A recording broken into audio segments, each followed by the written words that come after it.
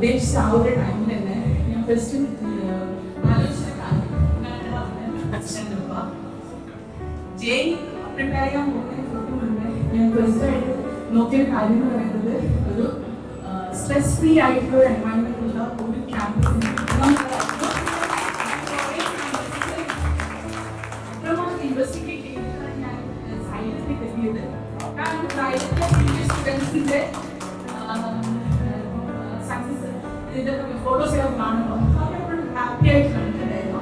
എനിക്ക് അങ്ങനെ ഒരു എൻവയൺമെന്റ് ഉള്ള ഒരു സ്കൂളിലേക്ക് താമസിക്കായിരുന്നു. അതുകൊണ്ടാണ് ഏറ്റവും കൂടുതലായിട്ട് ഞാൻ ഈ സൈലം ചൂസ് ചെയ്തത്. അത് പിന്നെ throughout the journey stress free ആയിട്ടാണ് എല്ലാ കാര്യങ്ങളും ഹാൻഡിൽ ചെയ്തത്. അത് എന്തായാലും എടുത്ത് പറയേണ്ട ഒരു സംഭവം. ഇതുവരെ ടെൻസ്ഡായിട്ട് ഞാൻ കണ്ടിട്ടില്ല. ഭയങ്കര സന്തോഷമാണ്. ഇനി തരുന്ന പാരൻസിന് ഇതൊരു ഉപദേശം നൽകിയിട്ടാണ്.